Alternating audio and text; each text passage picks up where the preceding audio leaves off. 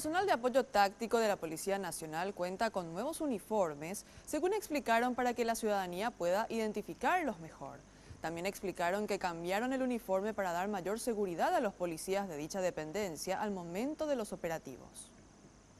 Las dudas que se generan sobre la presencia policial en barreras de control, así como la falta de identificación en los uniformados de algunos procedimientos, ya no será problema, al menos en lo que respecta a quienes se desempeñan en las áreas de apoyo técnico.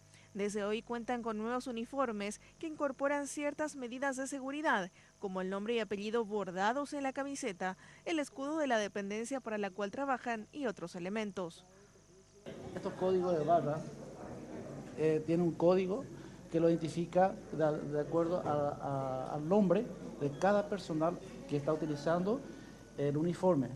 También el pantalón tiene su medida de seguridad, color caqui, Policía Nacional, y también el cinto, como también los zapatos y el kepis, que prácticamente también por enfrente lleva policía, a los efectos de transparentar nuestras gestiones y tanto de las tareas administrativas que van a ir siendo incorporadas otras dependencias para utilizar esta remera oficial de la Policía Nacional, que va a servir bastante también para la ciudadanía, para tranquilidad.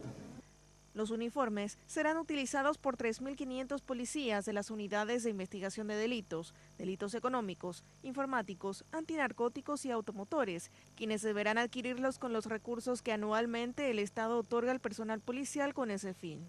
Si bien son numerosas las casas comerciales que los ofrecen, aseguran que solo se venderán a los efectivos en servicio.